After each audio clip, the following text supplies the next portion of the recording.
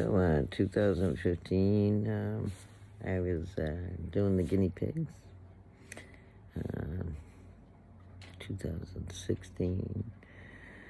2016, it was, again, it seems like in the pet adoption world, when it rains, it pours. You're either looking for, through Craigslist or something on computer for months and months, unable to find anything. And then the same week that you do find, like, a cat or a kitten available for adoption, it seems like the whole world has a cat available that same week. So, again, in 2015, it was just a kind of a slow year. We just adopted Alex. We had, our population was aging. But in 2016, there were, some pretty dramatic changes. At the beginning of the year, we lost Rocky. A few had passed. So there were some openings, and Raoul was in his kind of respite care mode. I was, a lot of my younger population, I guess, part of the colony, were mostly female and very active females at that. So I was thinking about getting younger males. Probably at the time of going through the library, I was looking through all the male kitten ads, because Chief had passed. Now Rocky, who was kind of middle-aged, or so I thought, he was a little older, than I thought too. He had passed. So some of the more active males, their own, like, age-appropriate males, again, were out of the picture by then. So, Raoul was really aging at that point, to the point of, needing to help being reminded to eat, things of that nature. So I think from 2015 to 2016, I continued with the guinea pig group doing the refreshments. I think it was it 2016 was my last year? No, it was 2015, I think, was my last year. I did 13, 14, and 15. And I think 15 was the year I was in the election at the Topsfield Fair. So, and I was having car trouble. I needed a new car. We were having all kinds of car repairs.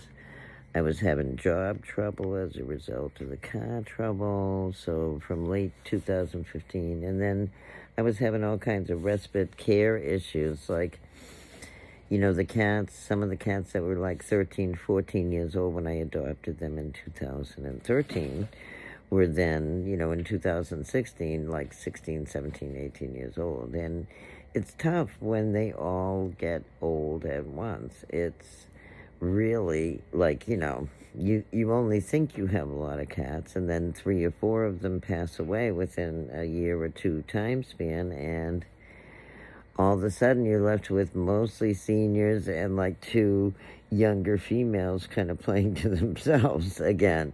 It starts out with one, and then it grows to more, and then it gets like this age balance to it, and then you have a few that pass away, and you kind of reassess your colony, who could I use to enhance the colony at this point? What age groups would be of benefit as the remaining members age? What space do I have? And how can I space these so that when Rocky gets sick, Raoul doesn't get sick at the same time. I'm not someone that assembled my colony from a litter of 15. I got 2 from this shelter and 2 from this shelter and brought them together with 1 from this newspaper ad.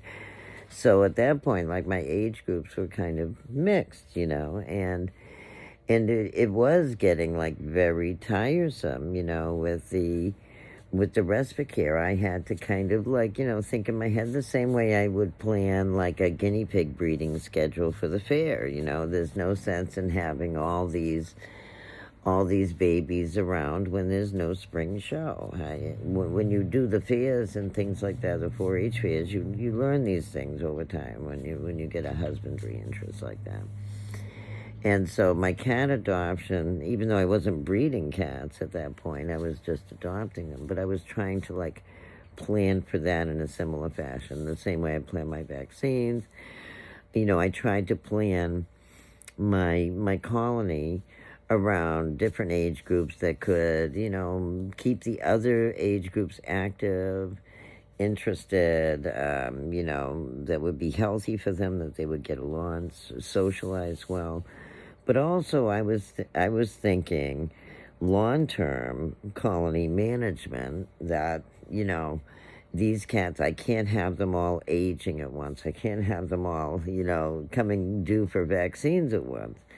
That's ridiculous. I'm a low income person.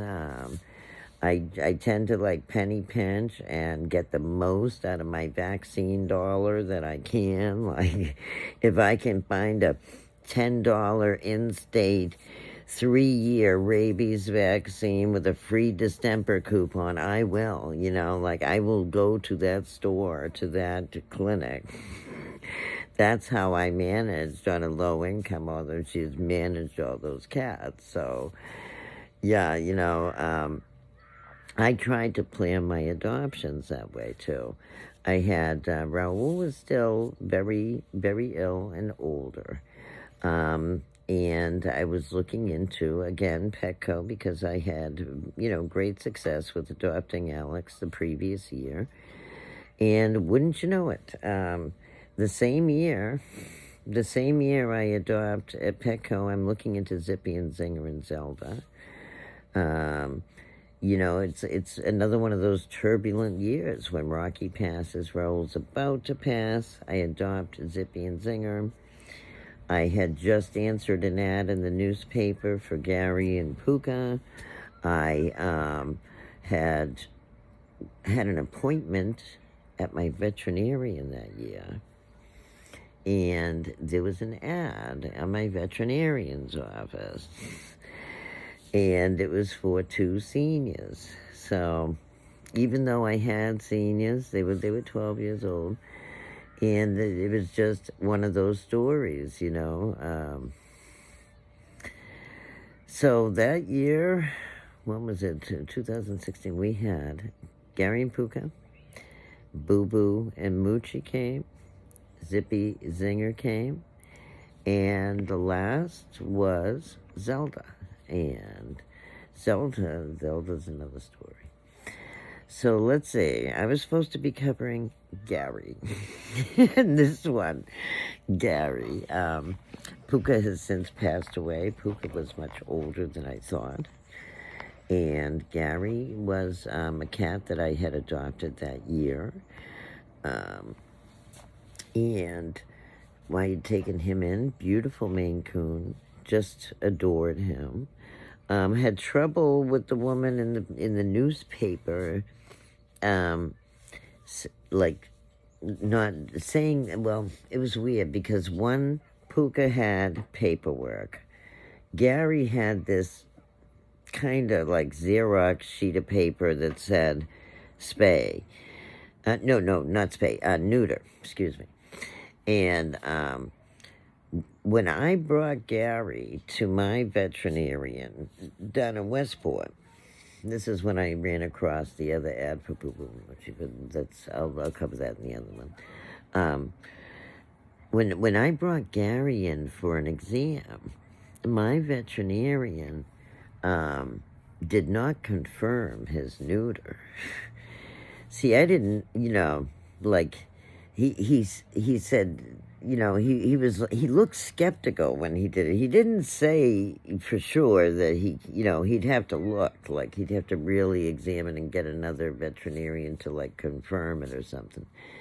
But he did not write down neutered on his record. I noticed that. I had gotten the 3-year or the 1 year and taken him to a clinic, and I really didn't probably, didn't think as much about it as maybe I should have. I had gone by his records, and his records had said, like, distemper, rabies. A lot of records do. Well, when we got him, he got really sick, and it was distemper. So, I mean, here I am assuming he's got rabies and distemper. He doesn't have distemper. So we had to, I remember when we first brought him there, we had to redo his distemper, his whole round of distemper. And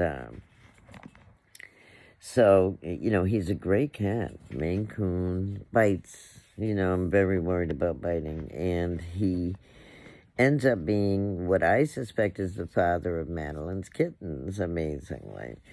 And I think it's because someone lied and said it wasn't because I was breeding litter after litter, cat after cat. I mean, at this point, I am all pet adopted at this point. I'm from the pet adoption, spayed, neutered, MSPCA, ASPCA business. That's where my animals are coming from, not, I'm not producing them. My guinea pigs, yes, I was breeding guinea pigs to show at the Topsfield Fair, but, my cats, no, I was not. I was getting them from charities.